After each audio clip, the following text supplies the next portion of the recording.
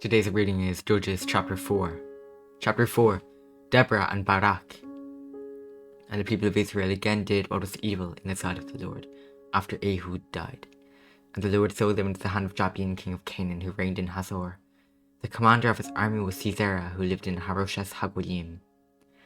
Then the people of Israel cried out to the Lord for help, for he had 900 chariots of iron, and he oppressed the people of Israel cruelly for 20 years. Now Deborah, a prophetess, the wife of Lapidos, was judging Israel at that time.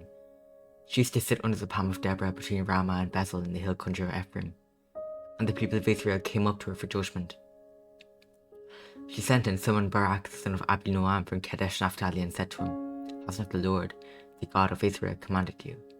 Go, gather your men at Mount Tabor, taking 10,000 from the people of Naphtali and the people of Zebulun. And I will draw out Sisera, the general of Jabin's army, to meet you by the river Kishon with his chariots and his troops, and I'll give him into your hand." Barak said to her, "If you will go with me, I will go, but if you will not go with me, I will not go." And she said, "I will surely go with you, nevertheless the road on which you are going will not lead to your glory. For the Lord will sell Sisera into the hand of a woman." And Deborah arose and went with Barak to Kadesh. And Barak called out Zebulun and Naphtali to Kadesh, and 10,000 men went up at his heels, and Deborah went up with him. Now Heber the Kenite had separated from the Kenites, the descendants of Hobab, the father-in-law of Moses, and pitched his tent as far away as the oak in Zananim, which is near Kadesh. When Sisera was told that Barak the son of Abinoam had gone up to Mount Tabor, Sisera called out all his chariots, 900 chariots of iron, and all the men who were with him, from Harosheth Hagoyim to the river Kishon. And Deborah said to Barak, "Up, for this is the day in which the Lord has given Sisera into your hand. Does not the Lord go out before you?" So Barak went down from Mount Tabor with 10,000 men following him, and the Lord routed Sisera and all his chariots and all his army before Barak by the edge of the sword. And Sisera got down from the chariot and fled away on foot. And Barak pursued the chariots and the army to Harosheth Hagoyim, and all the army of Sisera fell by the edge of the sword, not a man was left.